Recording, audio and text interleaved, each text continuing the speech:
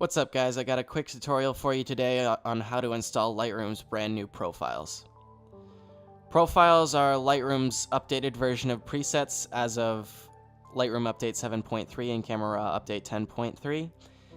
They're going to change the way you interact with Lightroom greatly, and you're going to see a lot of your favorite creators switching from presets to profiles based on a lot of the way Lightroom now handles the pre-processing of images.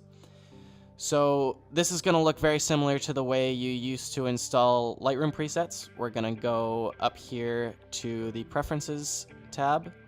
Make sure Store Presets with this catalog is unchecked. If you're running into issues, that's most likely where it is. We're going to hit the Show Lightroom Presets folder. It's going to bring us over here. It still redirects us to the Lightroom folder, even though as of the latest updates, all of your presets and profiles are now stored in the Camera Raw section. So head over to Camera Raw, click on Settings, and then we're just going to go ahead and drag and drop our brand new profiles into the Settings folder. Once you're done with that, just come back into Lightroom, make sure you close everything and reopen it. And once you've reopened up Lightroom, come back up here to the Basics section, and all of your brand new profiles should show right down here in the bottom right.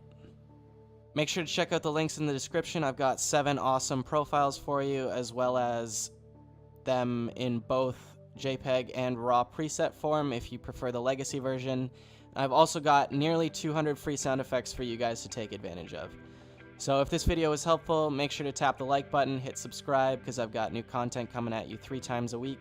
And until next time, guys, remember to keep telling stories. Peace.